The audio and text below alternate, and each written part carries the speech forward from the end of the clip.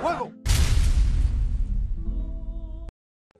Me llamo Jorge Sanginés, soy un cineasta boliviano que está dedicado a esta actividad desde mucho tiempo. He traído a la Argentina recientemente al Festival de Cine Político la película Insurgentes, que se ha proyectado ya 2 veces en la Sala Monumental de Lavalle. Me siento muy contento por el impacto que ha tenido la película en el público. Y la película intenta reparar un olvido, un gran olvido en la sociedad boliviana, porque en la sociedad boliviana nos han contado una historia mentirosa de nuestro propio país, como ocurre seguramente también en otros países latinoamericanos, en los cuales las élites dominantes, las clases dominantes, han contado la historia, le han contado al pueblo la historia que a ellos les convenía contar. Y han tendido un manto de olvido sobre acontecimientos o sobre personajes que no eran de su conveniencia. Y hemos terminado por adorar a unos villanos y a olvidar a los héroes. Así que Insurgentes intenta mostrar cómo fue posible que un indio, don Evo Morales Ayma, un indio aymara, pudiera ascender a la presidencia de la República de Bolivia. La película intenta mostrar que eso no es un acontecimiento fortuito, un accidente de la política boliviana, sino el resultado de un largo, doloroso, tremendo proceso histórico de lucha de los pueblos indígenas por más de 220 años para recuperar la soberanía perdida. De eso trata la película. Pero ese olvido y ese silencio que se ha tendido sobre la historia y que la película intenta contribuir, porque tampoco puede contar todo lo que se ha escondido en una película de 1 hora y media, tiene que ver con el gran olvido que tiene la humanidad entera con relación a lo que le debe la humanidad entera a los indios de los 2 continentes. Los indios transformaron el mundo en muchos niveles del conocimiento, de la tecnología, de la ciencia. Fueron los más grandes agricultores que dio la humanidad. Cuando los españoles llegaron a México y a Perú, se encontraron con que los indios tenían una medicina muy avanzada. Cuando en Europa la medicina se resolvía con la alquimia, la brujería y las sanguijuelas. En el Perú se hacían, y en Bolivia, en el Alto Perú, se hacían trepanaciones. Hay restos humanos que muestran que incluso hay personas a las cuales se les trepanó el cerebro 5 veces.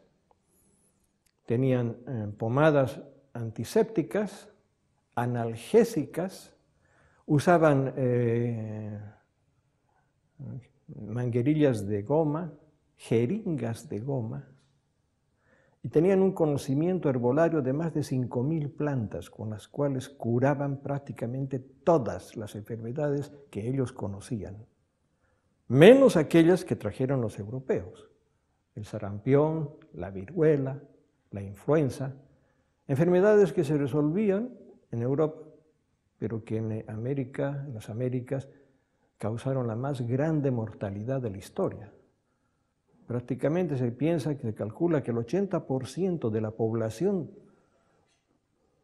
indígena de los 2 continentes murieron a causa de las enfermedades que importaron los europeos. Pero también revolucionaron el mundo de la ideología.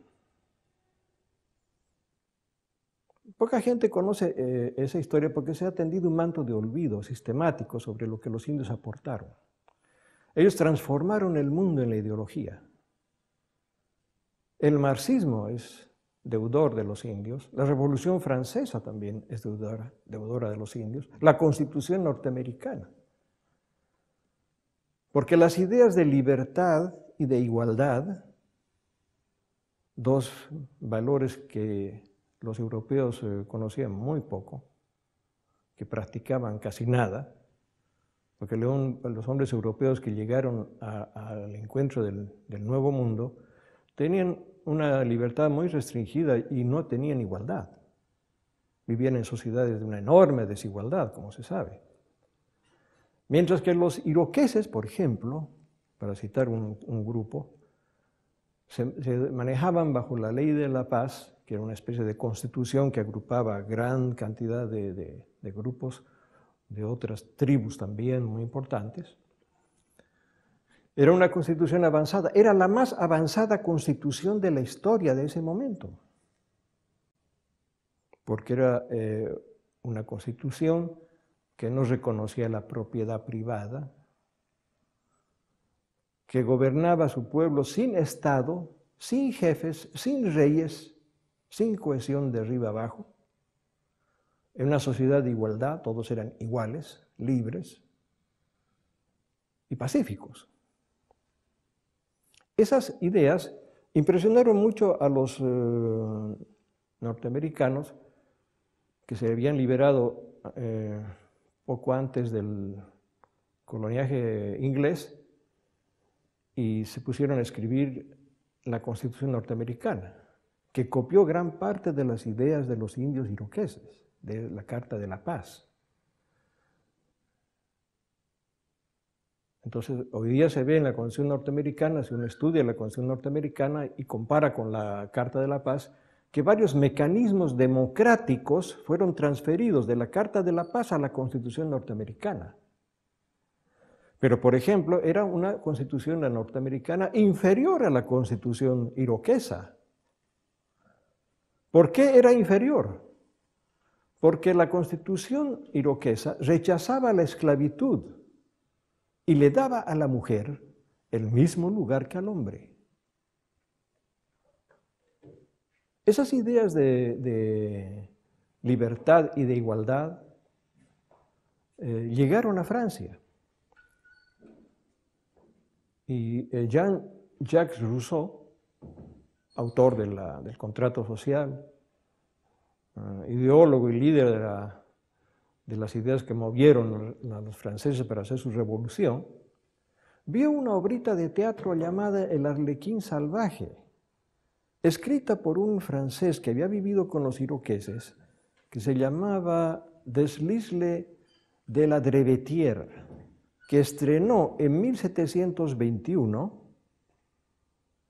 la obra El Arlequín Salvaje. Y Rousseau estaba entre los espectadores que vieron la obra en París. Y por primera vez se encontró con las ideas de igualdad y de libertad.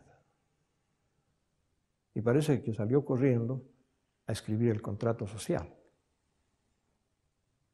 Y también pasó lo mismo con Marx. ¿De dónde saca Carlos Marx las ideas de sociedad sin propiedad privada y sin Estado? Leyendo a Lewis Morgan, un antropólogo que había estudiado a los hurones y a los iroqueses, y también de esto conocía muy bien Marx, porque estudió a Morgan, y le impresionó mucho, y estaba trabajando un poco antes de morir en 1863, estaba estudiando la Constitución iroquesa, porque se encontró con una sociedad donde esos postulados eran realidad. Para los europeos eso era utópico. Por eso Tomás Moro escribió Utopía, porque para los europeos una sociedad de iguales, sin propiedad privada, sin Estado, era casi imposible, era utópico. Después tenemos la agricultura. 3/5 partes de lo que se come en el mundo, se siembra y se cosecha, son el producto del cultivo de los indios. 3/5 partes de los alimentos, gran parte de la farmacopea del mundo, se debe al conocimiento herbolario de los indios. Y en la economía también hicieron una contribución indirecta muy grande con su trabajo y con su muerte, porque millones de indios murieron sacando el oro y la plata, especialmente la plata de Potosí, donde en las primeras 3 décadas morían 4 de cada 5 mineros indígenas. Ese dinero, esa plata, ese oro, revolucionaron la economía europea. Cifras. Cuando Colón llega a lo que se llamó la Española después de esa isla, en la Europa de ese tiempo, en los reinos europeos que estaban saliendo de la Edad Media, circulaban, se calcula, de acuerdo a algunos cálculos de economistas, 220 millones de dólares. Eso era todo el dinero que había en Europa. 100 años después, estaban circulando 7.000 millones de dólares. Y habían banqueros, se puso en marcha el capitalismo. Y también la revolución industrial, que tiene que ver también con la agricultura norteamericana. Porque hasta entonces en Europa no se conocía el algodón con capacidad como para hacer ropas. O sea, tenían un algodón que tenía 2 centímetros y medio de hebra. Y con eso solamente podían hacer unos protectores para las armaduras. Pero en las planicies norteamericanas los indios estaban cultivando un algodón que tenía 6,5 centímetros de hebra. Y entonces, en Inglaterra se montaron fábricas para construir la ropa que Inglaterra le vendió a toda Europa. Y nació la Revolución Industrial. ¿Y dónde? ¿Por qué no se conoce todo eso? ¿Por qué no se difunde? ¿Por qué no se enseña? Tenemos una imagen distorsionada, calumniada de los indios, la que nos dejó tal vez el cine norteamericano, el indio feroz, el indio malo, o la imagen peyorativa de los dominadores coloniales en nuestros continentes, el indio sucio, el indio ignorante, el indio salvaje, el indio incapaz. Pero es relacionarlo con lo que pasa en Bolivia, porque hoy tenemos un presidente indígena. Y resulta que Bolivia hoy, con ese presidente, que es un hombre honrado de una enorme inteligencia, Bolivia está recuperando su economía. Hemos crecido el año 2012 más que Chile, más que la Argentina, más que el Brasil. En los últimos 4 o 5 años se han construido más carreteras modernas que en los últimos 50 años. Nunca Bolivia ha tenido reservas internacionales como las que tiene hoy. Cuando llega Evo Morales al poder, 4 de cada 10 bolivianos eran extrema miseria. Hoy 1 de cada 10. Entonces, ese indio que fue despreciado, que fue acusado por las clases dominantes, que incluso se conspiraron para derrocarlo, liderizando un movimiento separatista apoyado por la embajada norteamericana. Eso le costó al embajador norteamericano la expulsión. El primer embajador norteamericano que yo conozco que fue expulsado de un país latinoamericano, por un presidente. Esa gente no aceptaba la presencia de un indio en la presidencia, porque compartía esos prejuicios que se fueron haciendo sólidos en la mente reaccionaria del país. Y así como los indios transformaron el mundo, un indio está transformando a Bolivia. Muchas gracias.